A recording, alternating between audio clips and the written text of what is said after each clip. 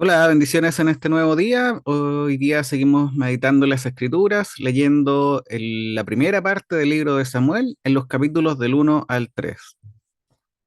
Veremos cómo comienza el relato mostrándonos la historia de Ana, quien dice que no podía tener hijos y sufría y se lamentaba por esto.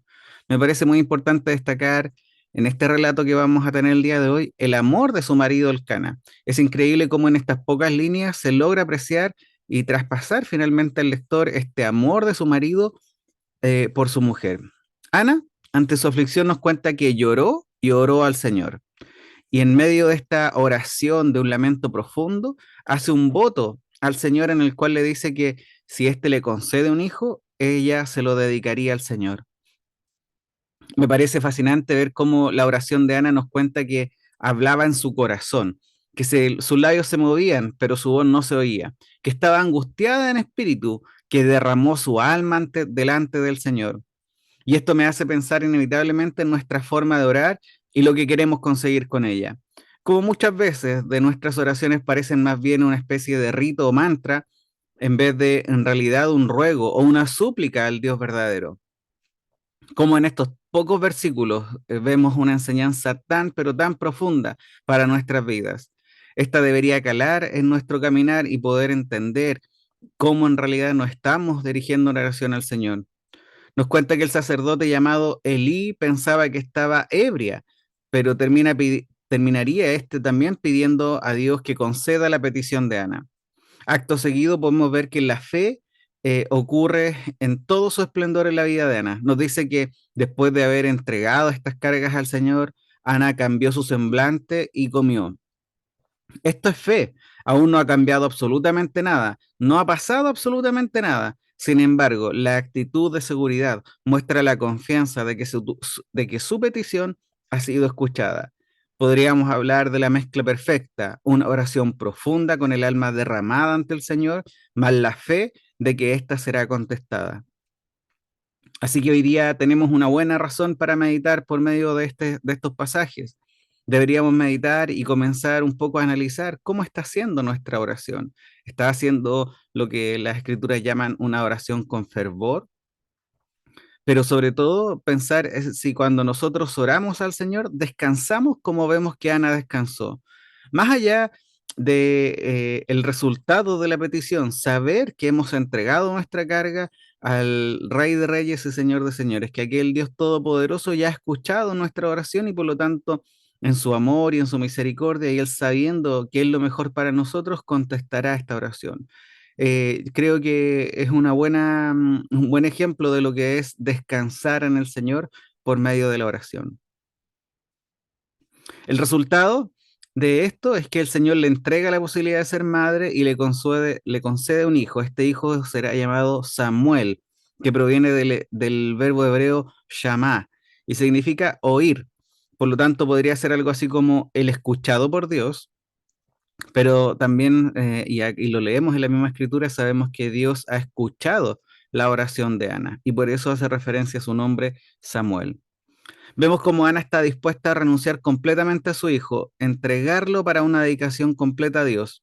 Como ya mencionamos, el amor de su marido confirma esta decisión. Recordemos que la ley le permitía a él anular el voto de su esposa, sin embargo, él complace a su esposa y acepta la decisión de Ana de entregar finalmente su hijo a dedicación al Señor, y esto es una clara muestra de amor por, por su esposa. Es muy importante el cómo termina el capítulo 1. Después de esta maravillosa historia, viene una adoración al Señor, lo que también debe ser un recordatorio a nuestras vidas.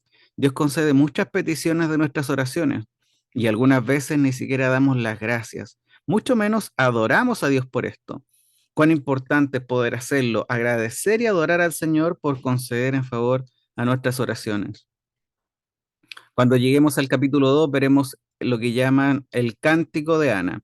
Este tiene distintas implicancias. Veremos cómo su oración, vemos cómo en su oración los que la oían no entendían lo que decía, pero ahora vemos cómo alza la voz para ser escuchada, para poder exaltar el nombre de Dios. No es un canto cualquiera, de hecho es considerado una especie de canto profético. Vemos cómo en vez de alabar la gracia de su oración contestada, o en vez de resaltar el favor concedido, esta exalta a Dios. Es Dios quien ha hecho lo posible en el cumplir su deseo. Por lo tanto, ella exalta al Creador, no la obra de sus manos, no el favor concedido, sino que a Jehová. Vemos la característica profética en un ejemplo. Dice que Jehová ensalzará el poder de su ungido en el versículo 10 de este segundo capítulo. Luego vemos el pecado de los hijos de Elí, otra historia paralela en medio de este relato. Elí era el sacerdote en ese momento y sus hijos estaban envueltos en el pecado. Esto nos confirma que el cargo no hace al hombre, es decir, no por estar en la posición que estaban, realmente tenían la posición en el Señor.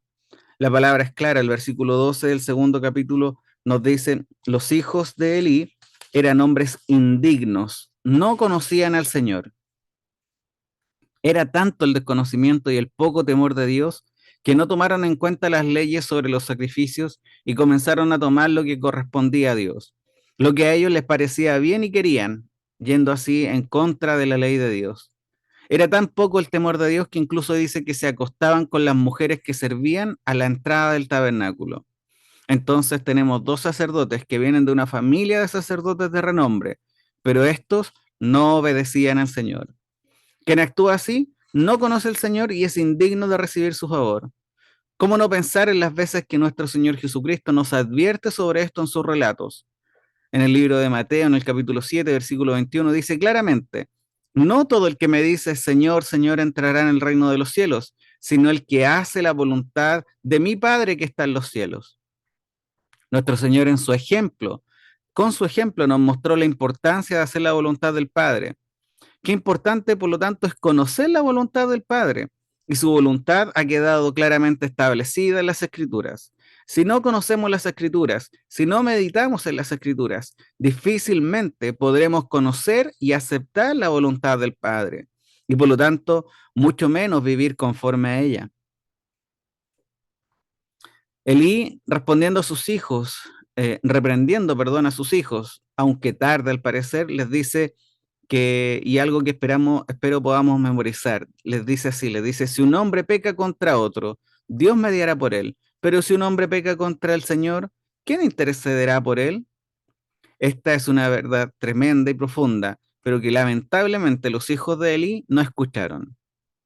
Al terminar este capítulo vemos como dice que un hombre de Dios vino a Elí y le reveló en el enojo del Señor y profetizó sobre lo que ocurriría tanto en él como en sus hijos. En el capítulo 3 hay algo que debemos resaltar. La palabra del Señor escaseaba en aquellos días.